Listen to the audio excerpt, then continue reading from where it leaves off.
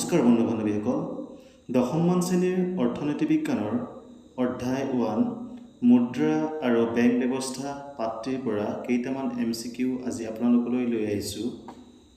ভিডিঅ'টো আৰম্ভ কৰাৰ আগতে আপোনালোকক এটা বস্তু দেখাব বিচাৰিছোঁ।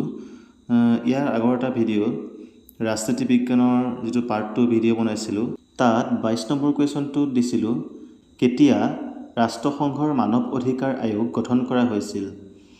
এই কুৱেশ্যনটোৰ এনচাৰ দিছিলোঁ 16 ফেব্ৰুৱাৰী 1946। ইয়াৰে এজন বন্ধুৱে কমেণ্ট দিছে যে হিউমেন ৰাইট 12 অক্টোবৰ 1993। তেখেতে কমেণ্ট দিয়াত অশেষ ধন্যবাদ জনাইছোঁ। এনেকৈ লাইক, কমেণ্ট, ছাবস্ক্ৰাইব কৰিলে ভিডিঅ' বনাবলৈ উৎসাহ পোৱা যায়। গতিকে প্লিজ আপোনালোকে ভিডিঅ'বোৰ লাইক কৰিব আৰু ছাবস্ক্ৰাইব কৰিলে ভিডিঅ'বোৰ বনাবলৈ বেছি উৎসাহ পাওঁ। এতিয়া এই কুৱেশ্যনটো আপোনালোকক দেখাব বিচাৰিছোঁ যে এইটো মই ক্লাছ 10ৰ ৰাজনীতি বিজ্ঞানৰ অধ্যায়টোৰ পেজ নাম্বাৰ 15ৰ পৰা লৈছোঁ, ৰাষ্ট্ৰসংঘ আৰু মানৱ অধিকাৰ আয়োগৰ পৰা। ইয়াত লিখা আছে, চাব, ৰাষ্ট্ৰসংঘৰ মানৱ অধিকাৰ আয়োগ 1946 চনৰ 16 ফেব্ৰুৱাৰী তাৰিখে প্ৰতিষ্ঠা হৈছিল। বিশ্বৰ মানৱ সমাজৰ অধিকাৰসমূহ সুৰক্ষা দিবলৈকে এই স্থায়ী সংগঠনটো জন্ম হৈছিল। গতিকে মই এই কুৱেশ্যনটো ইয়াৰ পৰা চাইহে আপোনালোকলৈ আগবঢ়াইছিলোঁ। এতিয়া আজিৰ প্ৰথম কুৱেশ্যনটোলৈ আগবাঢ়িছোঁ। আজিৰ প্ৰথম কুৱেশ্যনটো হৈছে, সামগ্ৰীৰ বিপৰীতে সামগ্ৰীৰ প্ৰত্যক্ষ বিনিময়ে হ'ল দেশ প্ৰথা। ইয়াৰে অপশ্যন কেইটাৰ ভিতৰত শুদ্ধ উত্তৰটো হ'ব অপশ্যন এ, বিনিময় প্ৰথা। নেক্সট কুৱেশ্যনটো হৈছে, তলৰ কোনটো জন্তুক মুদ্ৰা হিচাপে ব্যৱহাৰ কৰা হৈছিল। ইয়াৰে অপশ্যন কেইটাৰ ভিতৰত শুদ্ধ উত্তৰটো হ'ব অপশ্যন এ, ছাগলী। কুৱেশ্যন নম্বৰ 3, মুদ্ৰাৰ প্ৰধান কাৰ্য কিমানটা। ইয়াৰে অপশ্যন কেইটাৰ ভিতৰত শুদ্ধ উত্তৰটো হ'ব অপশ্যন এ, 4টা। 4 নম্বৰ কুৱেশ্যনটো হৈছে, কলা টকা বা কলা মুদ্ৰাৰ সৃষ্টিৰ কাৰণ হ'ল। ইয়াৰে অপশ্যন কেইটাৰ ভিতৰত শুদ্ধ উত্তৰটো হ'ব অপশ্যন এ, অৰ্থনৈতিক অপৰাধ। কুৱেশ্যন নম্বৰ 5, ভাৰতীয় ৰিজাৰ্ভ বেংকৰ মুখ্য কাৰ্যালয় ক'ত। ইয়াৰে অপশ্যন কেইটাৰ ভিতৰত শুদ্ধ উত্তৰটো হ'ব option A, Mumbai. Question number 6, ভাৰতৰ সৰ্বপ্ৰথম বেংকটো হ'ল। ইয়াৰে অপশ্যন কেইটাৰ ভিতৰত শুদ্ধ উত্তৰটো হ'ব option A, bank of Hindustan. Question number 7, ভাৰতীয় ৰিজাৰ্ভ বেংক স্থাপিত হৈছিল। ইয়াৰে অপশ্যন কেইটাৰ ভিতৰত শুদ্ধ উত্তৰটো হ'ব অপশ্যন এ, 1935 চনত।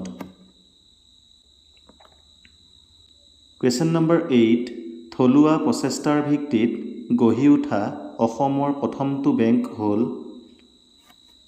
ইয়াৰে অপশ্যন কেইটাৰ ভিতৰত শুদ্ধ উত্তৰটো হ'ব option A, Guwahati bank. Question number 9, bank of Hindustan কোন চনত স্থাপন কৰা হৈছিল।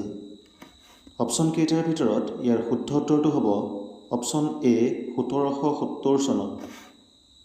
10 নম্বৰ কুৱেশ্যনটো হৈছে, বিশ্বৰ আটাইতকৈ পুৰণি কেন্দ্ৰীয় বেংক ৰিক্স বেংক কোনখন ৰাষ্ট্ৰৰ।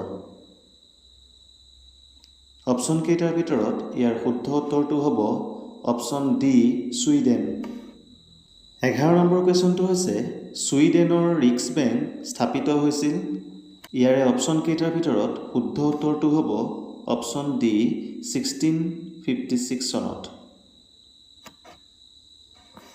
12 নম্বৰ কুৱেশ্যনটো হৈছে, ভাৰতৰ কোনটো বেংকত মুদ্ৰা ছপা কৰে। ইয়াৰে অপশ্যন কেইটাৰ ভিতৰত শুদ্ধ উত্তৰটো হ'ব option D, reserve bank of India. 13 number কুৱেশ্যনটো হৈছে, তলৰ কোনটো বেংক দেশৰ বৈদেশিক মুদ্ৰাৰ ৰক্ষক হিচাপে কাম কৰে। অপশ্যন কেইটাৰ ভিতৰত ইয়াৰ শুদ্ধ উত্তৰটো হ'ব অপশ্যন ডি, কেন্দ্ৰীয় বেংক। 14 নম্বৰ কুৱেশ্যনটো হৈছে, ভাৰতৰ কেন্দ্ৰীয় বেংকটো হ'ল। এই অপশ্যন কেইটাৰ ভিতৰত ইয়াৰে শুদ্ধ উত্তৰটো হ'ব option D, reserve bank of India. 15 number কুৱেশ্যনটো হৈছে, ভাৰতীয় ঔদ্যোগিক উন্নয়ন বেংক কেতিয়া স্থাপন কৰা হয়। ইয়াৰে অপশ্যন কেইটাৰ ভিতৰত শুদ্ধ উত্তৰটো হ'ব অপশ্যন ডি, 1964 চনত। কুৱেশ্যন নম্বৰ 16, নবাৰ্ড বেংক কেতিয়া স্থাপন কৰা হয়? অপশ্যন কেইটাৰ ভিতৰত ইয়াৰ শুদ্ধ উত্তৰটো হ'ব অপশ্যন ডি 1982 চনত। কুৱেশ্যন নম্বৰ 17, নবাৰ্ড বেংকৰ মুখ্য কাৰ্যালয় ক'ত? অপশ্যন কেইটাৰ ভিতৰত ইয়াৰ শুদ্ধ উত্তৰটো হ'ব option D Mumbai. Question number 18, 1975 চনত আমাৰ দেশত কিমানটা আঞ্চলিক গ্ৰাম্য বেংক স্থাপন কৰা হৈছিল? ইয়াৰে অপশ্যন কেইটাৰ ভিতৰত শুদ্ধ উত্তৰটো হ'ব অপশ্যন ডি 5টা। কুৱেশ্যন নম্বৰ 19, ভাৰতীয় ক্ষুদ্ৰ উদ্যোগ উন্নয়ন বেংক কেতিয়া স্থাপন কৰা হয়? ইয়াৰে অপশ্যন কেইটাৰ ভিতৰত শুদ্ধ উত্তৰটো হ'ব অপশ্যন এ 1990 চনত।